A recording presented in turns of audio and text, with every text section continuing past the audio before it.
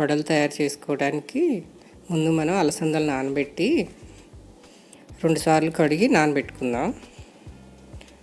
నానబెట్టిన తర్వాత నీళ్ళన్నీ వంపేసి 6 గంటలు నానబెట్టండి. నానబెట్టి నీళ్ళన్నీ వంపేసిన తర్వాత బరగ్గా మిక్సీ వేసుకుందాం. మిక్సీలో 1/2 స్పూన్ ఉప్పు, కొంచెం జీలకర్ర వేసి కచ్చాబచ్చాగా మిక్సీ వేసి గిన్నెలో తీసుకుందాం.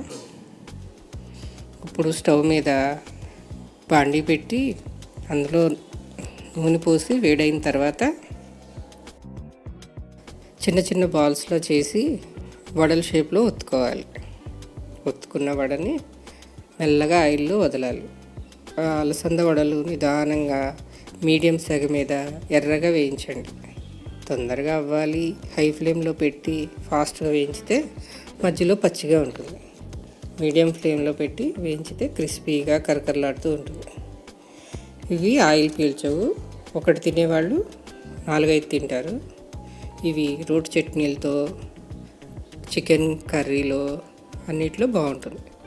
ఒకసారి ట్రై చేసి పిల్లలకి పెట్టి చూడండి, చాలా హ్యాపీగా ఫీల్ అవుతారు.